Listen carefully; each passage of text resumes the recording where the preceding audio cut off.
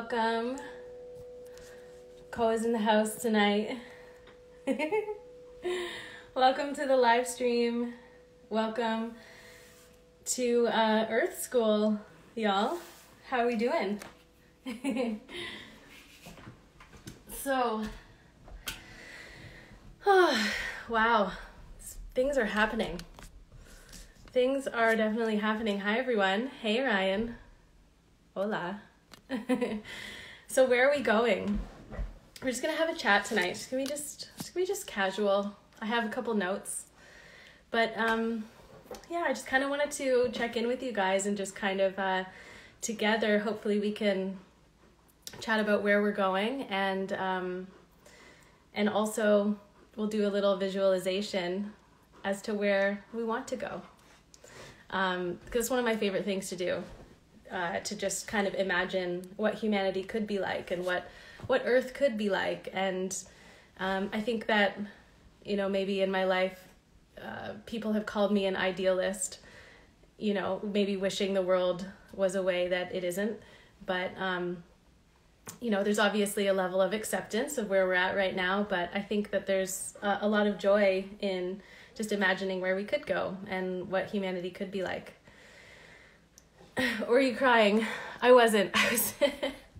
I thought there was like a little gleam on my eye there. I was wrestling with Koa earlier, and I kind of rub his belly sometimes, and then I forget, and then I rub my eyes. So I'm just like a little bit, I guess I got his dander all in my face. But yeah, I'm so glad he's down to hang out tonight. Usually he wants to be out in the cold. So, okay. So, Mr. Koa, how we get you in the shot here? So, okay, so something that I've talked about before that I think is really valuable to think about are the Yugas, which is from the Hindu tradition, and this is the cycles of consciousness. So when we're kind of feeling overwhelmed about where things are, I just find it really uplifting to think about the cycles of consciousness and where we might be at right now. So I'm going to share a screen here really quick for those of you who haven't seen this before on one of my previous lives. So here's a little depiction of the cycles of consciousness, the Yugas. So as you can see at the top, we have the Golden Age, and the Golden Age is a very large part of the circle.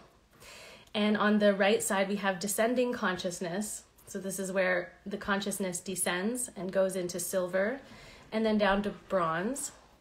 So Treta Yuga to Dwapara Yuga, and down to Kali Yuga, which is the Iron Age. So that is, the Iron Age, where consciousness is at its most dense.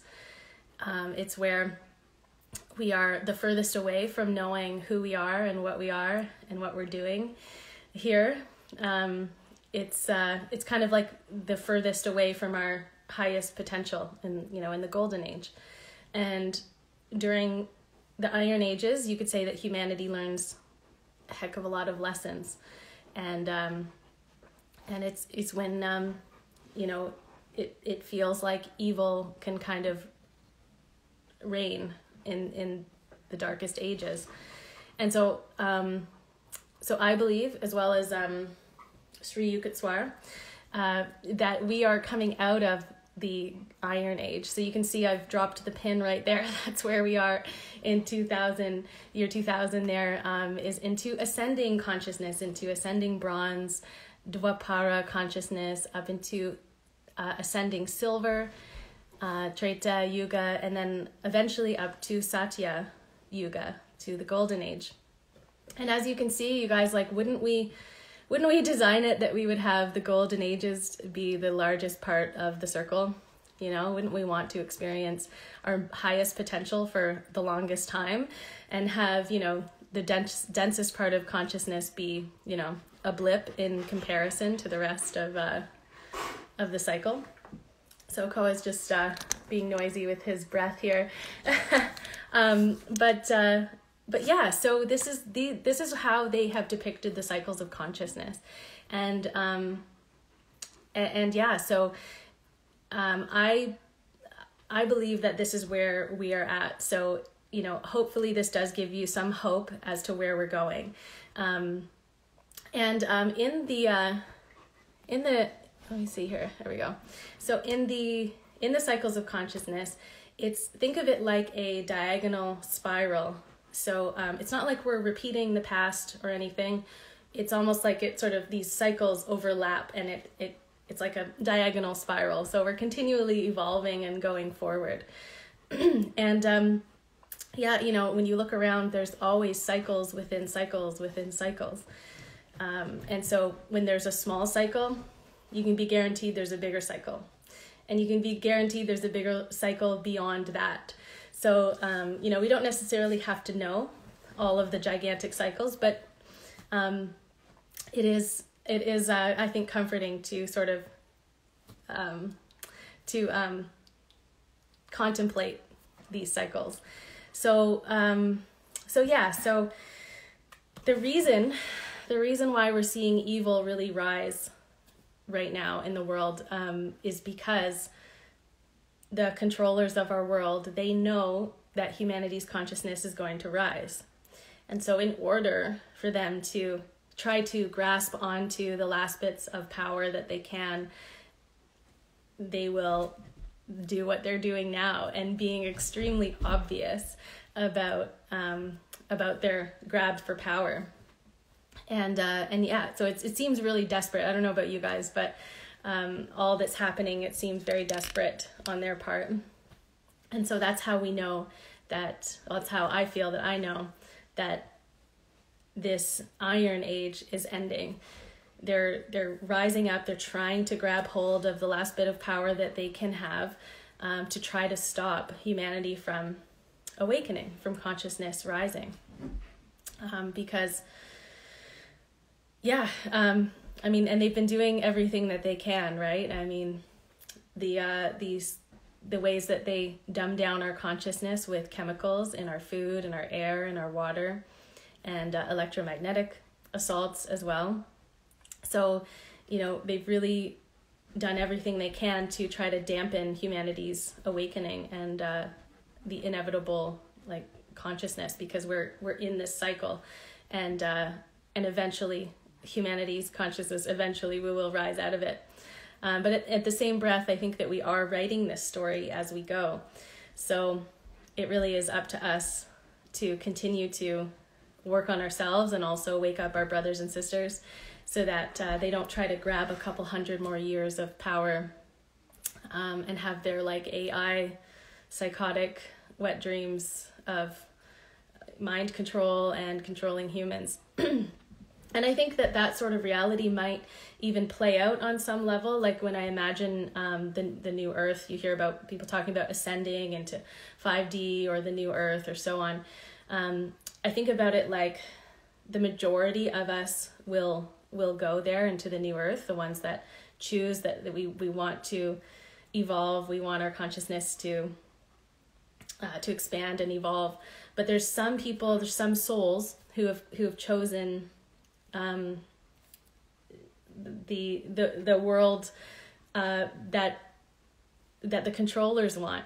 And I think on some level, at some point, we'll almost separate from that, and that world will kind of play out on some level, but it won't last for very long at all. I think that they'll just have their opportunity to kind of play out whatever they want, but they'll just destroy themselves because nature doesn't support that.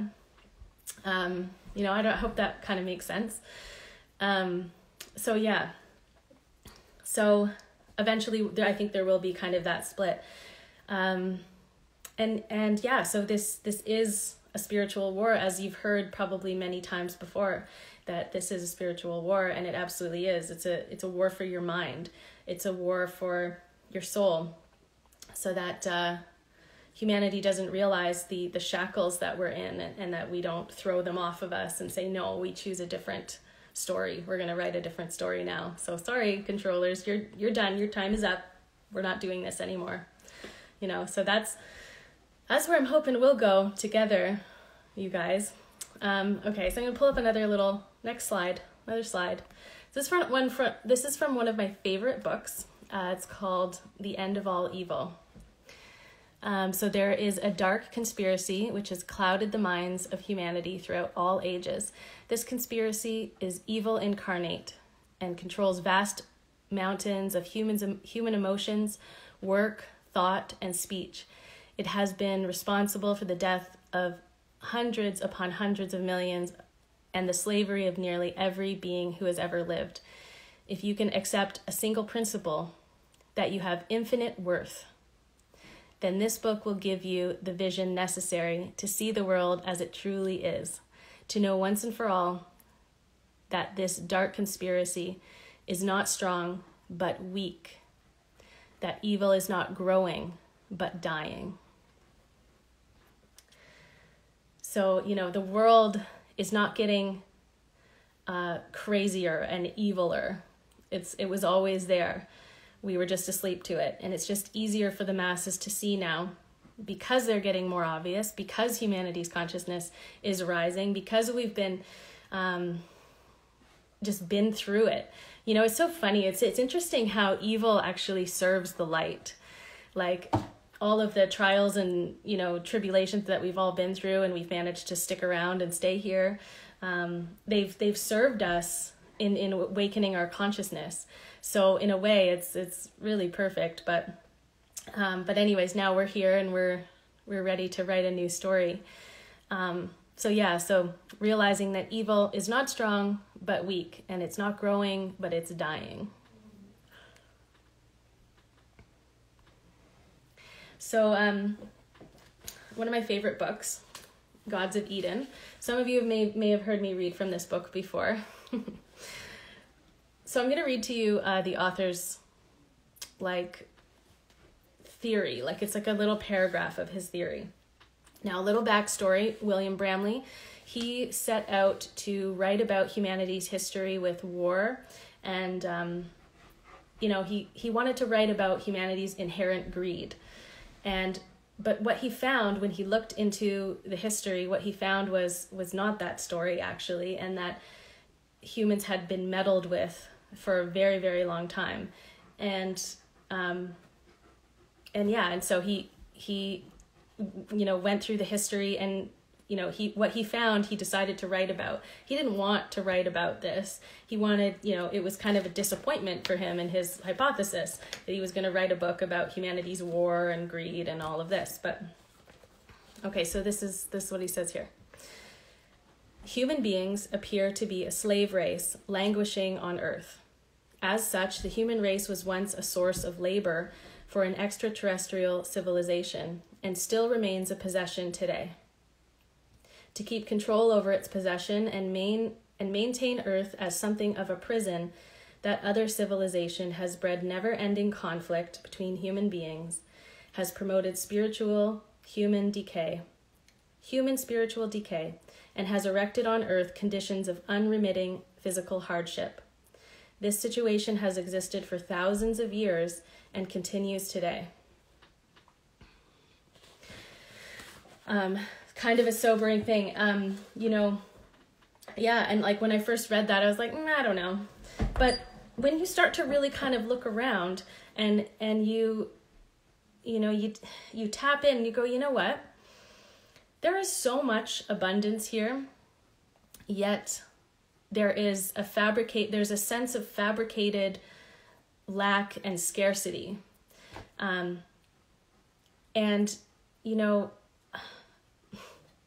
Some people might say, well, it's just corruption in government, and it sucks, but there's corruption in government, and it's just human folly that we are where we are right now, and we're doing the best we can, and and this kind of argument, and it's just it's deeper than that, that's a good excuse, but when you really think about it, humanity's condition is slavery, and many of you might say, well, who's this girl? She's this white girl, privileged, living in Canada, and and that's valid, right? There's absolutely levels of slavery on this earth plane, and none of them are legitimate. But to say, well, because your cage is gilded, it's better than the cage over here in this other part of the world, then you should be quiet and you should just be thankful for what you have, this kind of excuse. It's like excusing the cage that we are in. And like I said, absolutely, there's different levels. There's different like horrendous things that happen on this earth plane. But yeah, it's time that we like acknowledge it so that we can actually change it.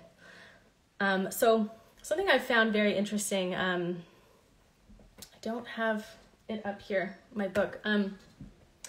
It's a book called Voices of the First Day, and it's about the Aboriginals in Australia, and that at one point they had such an incredible life of abundance when their tribes were untouched by man.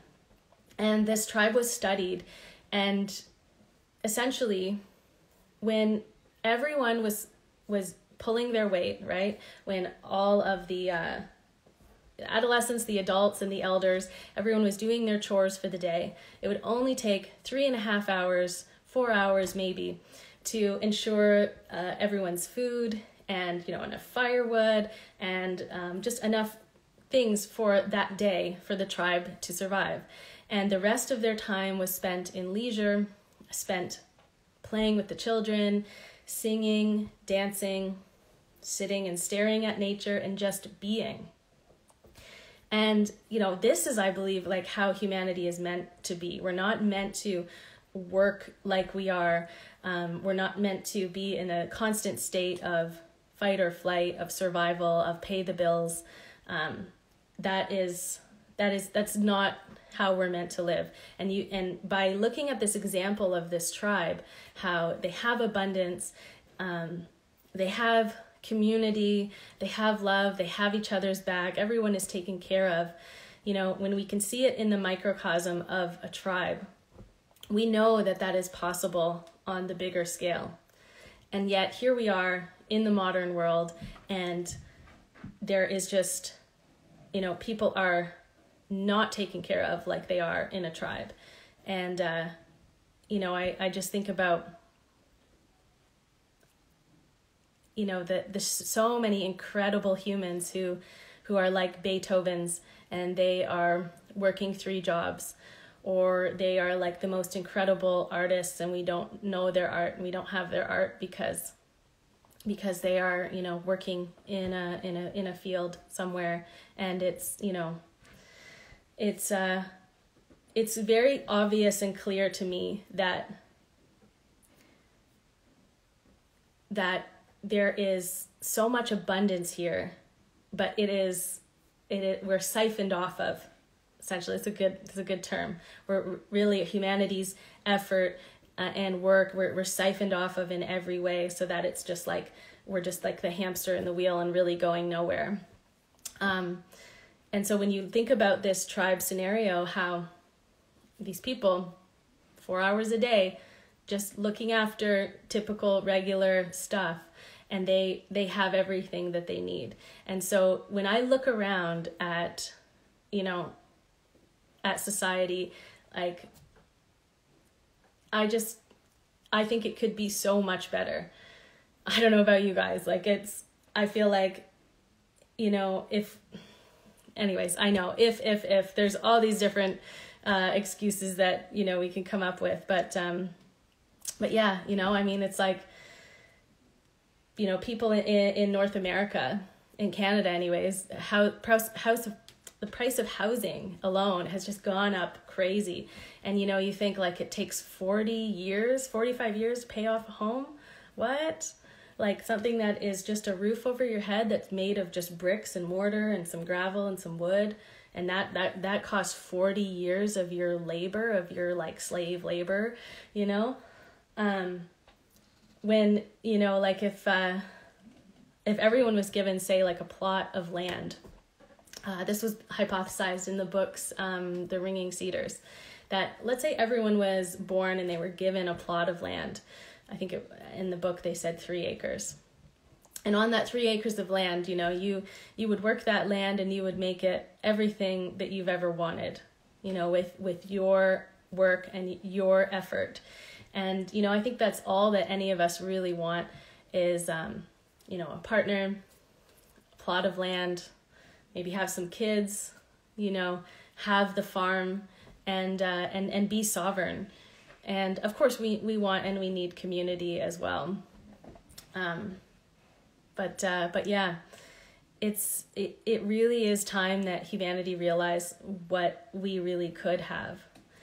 And it takes, I think, acknowledging the controllers who have been keeping us in this state of slavery, and realizing that there's so much more. So also, as we begin to wake up, we begin to level up.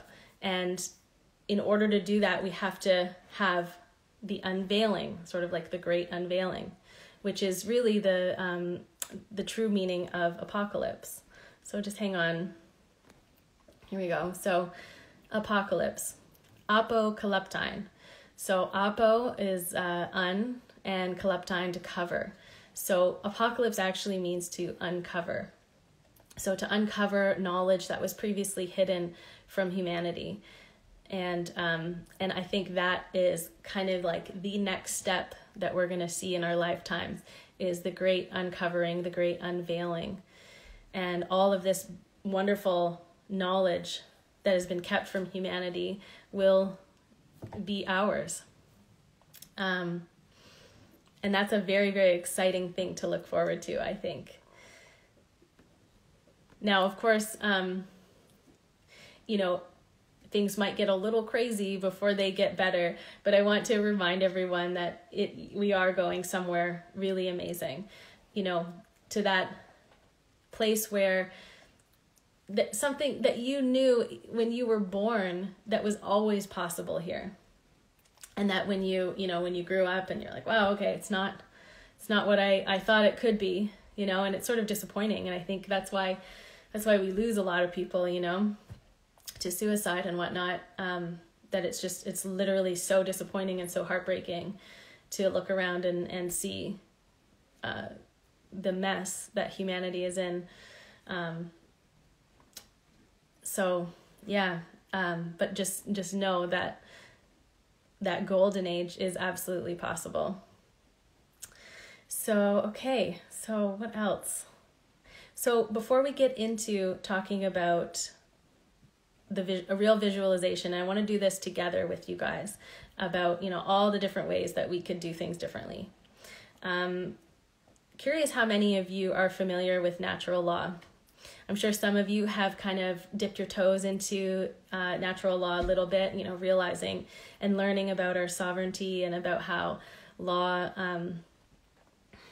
really, what happens when we're born and our birth certificate is created and creates a corporation out of us, and the countries use that as collateral to buy money for war and so on and so forth, and how we end up being like cattle. But anyways, that is part of natural law. But the part of natural law that has really been inspiring me is the idea that this reality that we're in is governed by a set of natural, immutable, unchangeable laws. And they are not man's laws. They're the laws of the creator of the universe. And for anyone who would really like to dive into this more, I definitely recommend checking out Mark Passio's work. This is a clip from his slide where he talks for 8 hours about this concept of natural law and how humanity can live together in a harmonious way. So you're definitely going to want to check that one out, Mark Passio. But essentially, yeah, there are these unmutable laws that exist that govern our behavior here. So anything that is man-made is not part of natural law. And essentially everything in natural law kind of boils down to love thy neighbor and love thy creator. So let's say everyone was was catering to natural law.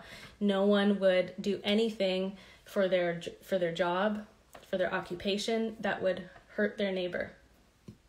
No one would do anything for their job or anything that would hurt the environment or the planet, that would, down the road take from the next generation, for example. And so it's essentially moral law. So you can imagine if everyone were to follow these laws as opposed to man's laws, what kind of order we would have. Mark Passio and a few other of these people who talk about natural law, they talk about anarchy. That anarchy would maybe be the way that we would govern ourselves. And a lot of people, they hear the word anarchy and they think, oh, like people trashing cop cars and they're just chaos in the streets and like looting and so on. And that's exactly what the controllers want you to think anarchy is. But anarchy actually just means no archy, so no archon, so no ruler. But really what it really means is internal ruler. So everyone is measuring up their own actions to values and morals that are in alignment with natural law. So that is a really, really interesting concept to kind of dive more into about anarchy and internal ruler. And something that Mark Passio says, which I love, is when morality of a society increases, freedom increases. When morality decreases, then control increases. And you can see all the myriad of ways that the controllers have tried to influence us and succeeded in many, many respects. Entertainment, all the depravity, the perversion, fill in the blanks, in the ways in which they've tried to influence us. So turning off the TV is also a big part of moving towards where we want to go, where humanity's going to go. So visualizing what this could be like. I'll never forget, many of you probably know David Avocado Wolf, and he is he's a little eccentric, like, let's be honest, but he's pretty funny, I guess, too. And I've heard him rant on stages before, but early on in his days, he had this little clip where he just started to imagine about where humanity could go, and it just really hooked me, and I never forgot about some of the things he said. So I thought we would kind of do that together today. So let's say we've totally, the system is completely crashed, okay? Let's just say the economy is totally crashed. Fiat money system, fiat paper money system is no more. Goodbye. And somehow, I don't know how, but humanity has totally dissolved any government. We didn't just put a new political party in. It's just gone. And, okay, so here we are. We have to rebuild now. And humanity's consciousness has risen like a few points, so we're doing pretty good. And we're starting to realize the folly of our ways, and we're starting to redefine our values and morals. Love thy neighbor, love thy creator. And we're going to start to create a new society, a new way of living. So firstly, our homes, our houses. What do you think our houses would look like? Do you think that they would be kind of like these boxes that we live in? Do you think they would be like that? Or maybe, I think I'd like to live in kind of like a cob home, something has curves to it, something that, mimics nature, that is maybe made of natural elements like cob homes are. They're made of mud and straw, I think. I've also heard of these earth bag homes. I'd want to live in something dome-like or circular, something that really inspired me and made me feel really close to nature. And that's something too, I think that we would all probably agree that living on top of each other in a big sky rise is not conducive to health. So maybe everyone would then decide, we need to sleep on the earth or closer to the earth, and live in a home that supports our health. And so our homes would be different. They would be beautiful, and they would be made by the community. And maybe even we would have some 3D printed homes as well, in that kind of, with the cob home sort of materials. I think that would be kind of cool. What else? Education. We would have, well, before we talk about that, I think every adult, as far as what we would figure out what we would do with as a job, as our occupation, would be something that we all just fall into naturally, sort of our natural role in society, natural role in the tribe. So whatever your skill set is best for, you would naturally fall into. So if you're a natural teacher, you would fall into that teaching role, and your work would not be work. It would always feel like play. And that's, I think, something too, is obviously there's all kinds of things in life that we have to do. They're mundane, the dishes and all the things. But I think for the most part, no one would do something that they don't want to do. No one would do something as their job that they just absolutely hate and don't want to do. If that's how you felt about your job, like, the community would come in and go, nope, okay, you're going to get, we're going to figure out what you're going to do that, is going to make you, be a beautiful part of the tribe. Because there's one unhappy, person, like, we want to fix that because it's for the investment of the whole community. So everyone would just fall into their most perfect roles for themselves. And, some people would be artists and some people would be musicians. And we would see a lot more art as well, I think, when I was describing before, when I would drive around, like I recently went to London, Ontario, and driving around that city and stuff. And I just thought, there's just really nothing inspiring to look at. I would just love to drive past like a really beautiful, church type building that anyone could just go into, and it's just this beautiful, inspiring space, and or like a church that's just like a dance area, and it's just like for dancing, just things like this. Like, society, we would have just so many more things that are inspiring and help you celebrate life. What else? Feel free to add in some comments about what you would see in humanity's future, because this is a collective visualization. So everyone would kind of fall into their roles. People would be so happy with what they do. They would feel so fulfilled, so good about what they're doing. Education, obviously we'd have to reteach all of ourselves, all the adults, but also all the kids too. And we would have all of the knowledge that's been kept from us, like, for instance, how the body works and how germs work and how disease happens. And we would learn how to take care of our bodies and what this beautiful machine is and what it actually does and what, makes it not work so well. Because we will have learned from the past controllers trying to poison us at every single turn.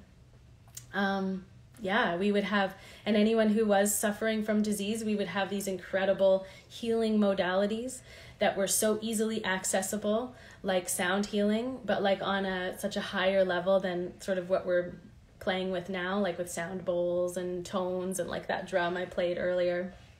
We would be able to heal people with sound. We would just learn about how to keep this body healthy, and there'd be a lot of practices that we wouldn't do anymore, if you know what I mean. Oh gosh, my dog wants out. Okay, hang on one second.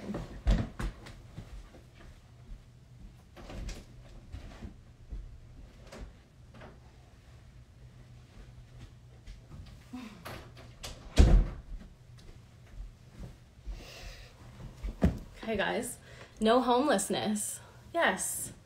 You know, there would be no one that would not have a home. Are you kidding me? Yeah. I mean, there's another example. It's like if humanity's tax money, and I mean, not only our income tax, but I mean all the sales tax, every single freaking purchase that is made throughout the day, and all the sales tax on top of that, if all that money was actually went for the people, do you think anyone would be homeless? Do you think, like, no. I mean, and education would obviously be free. God, yeah. I cannot wait to shake off this parasite controllers. It's just around the corner too. It's very exciting. Okay, but let's not get too sidetracked. Okay. So health, as we said, we would understand how these bodies work. Children, like the Montessori kind of model, where, you know, whatever talent that child has is recognized and then encouraged.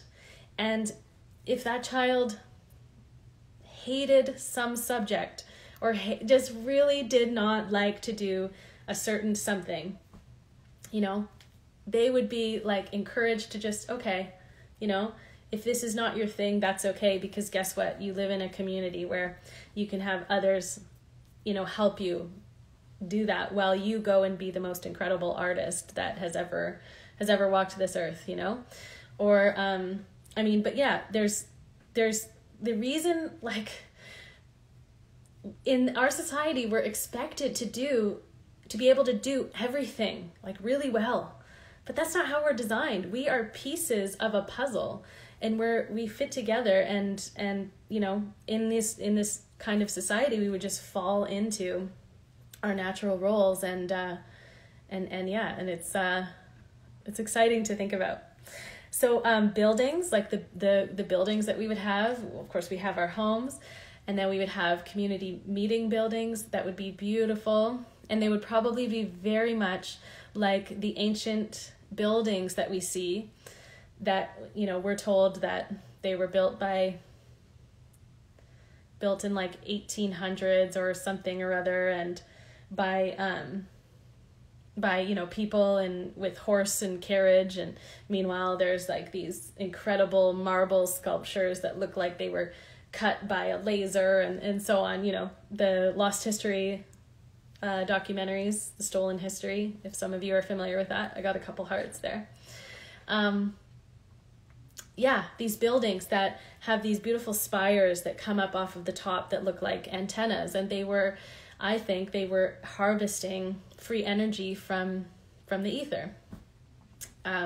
Yeah, so we'd have these incredibly inspiring, beautiful buildings where the community would come together for certain fun things. Like, I would have one that's totally dedicated to dance and movement. So there would be no furniture in these buildings, not too much furniture anyways, and it would just be open for free flow movement and natural movement where you come together and do this kind of thing. I think that some buildings would be built so that sound carries perfectly, and you can sing and or have these sound healing sessions in these incredible buildings. I've actually heard about one of these buildings before. I don't know where this was, probably somewhere like California or something.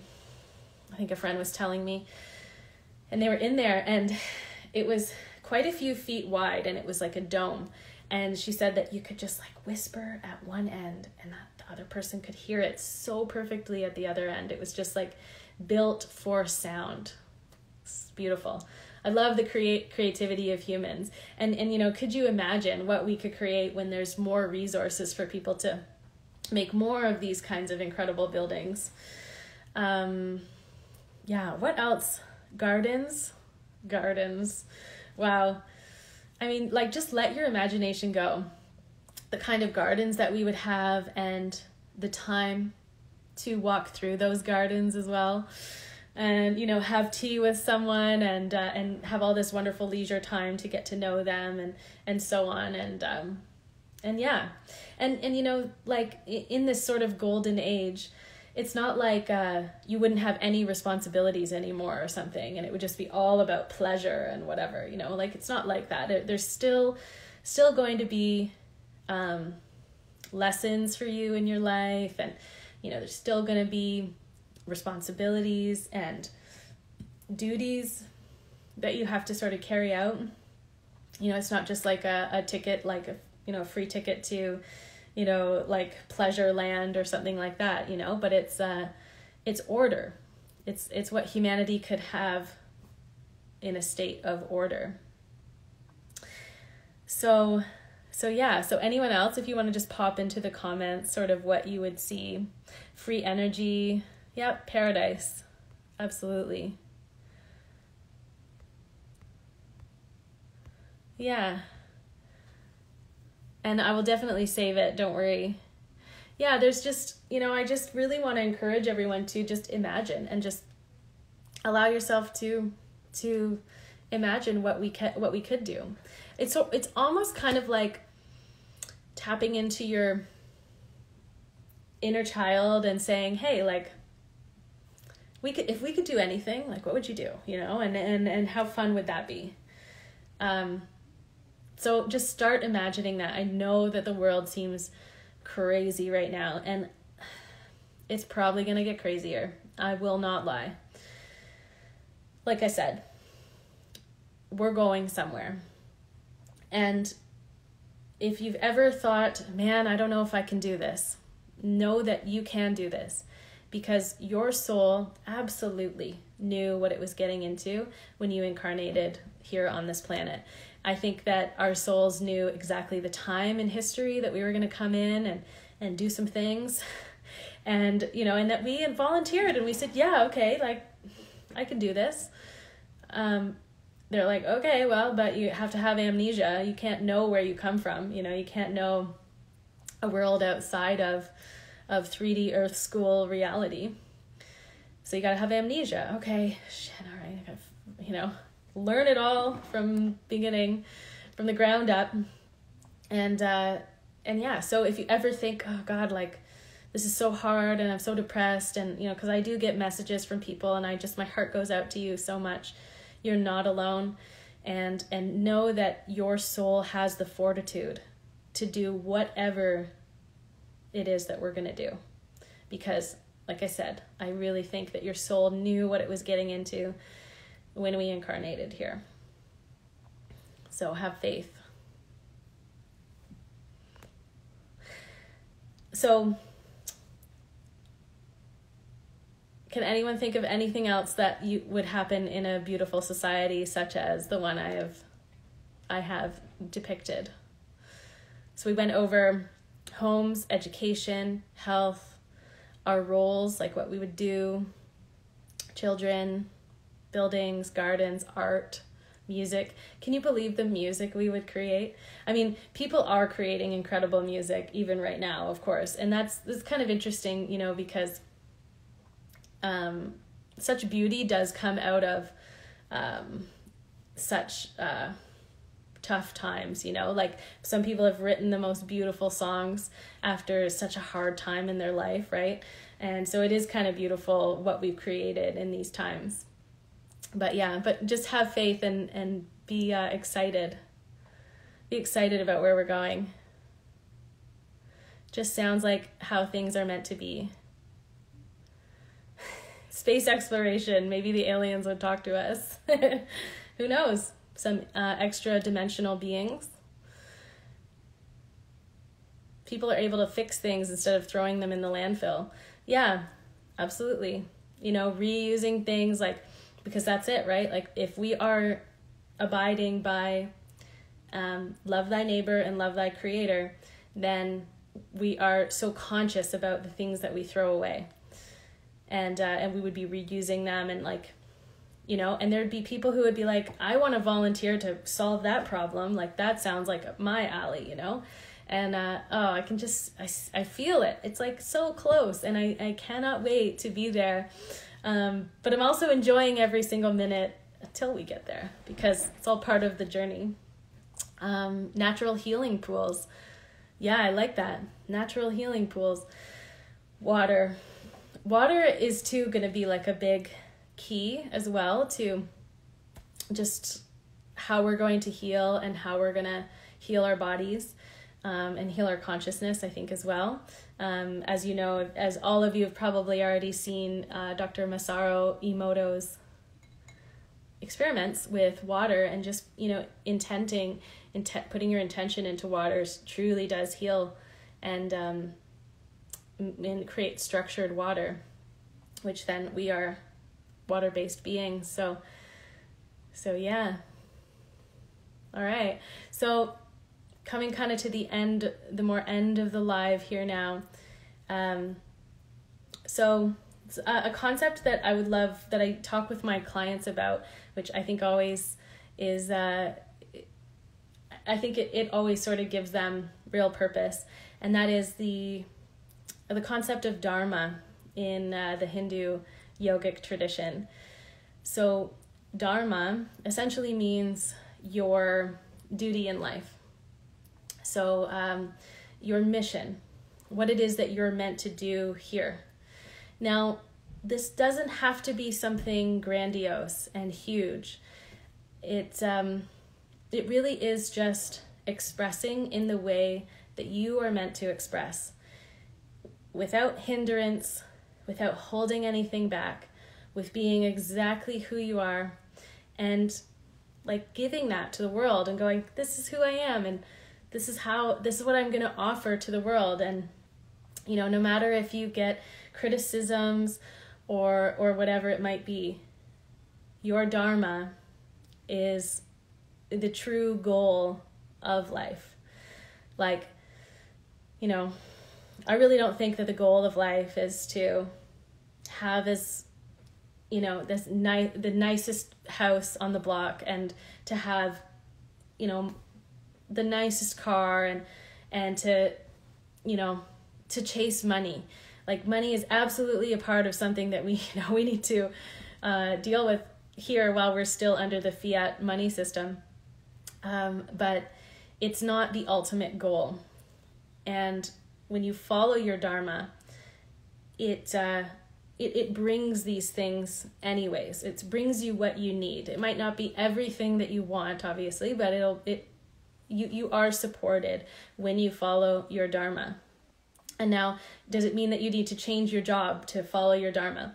For some of you, yeah, maybe.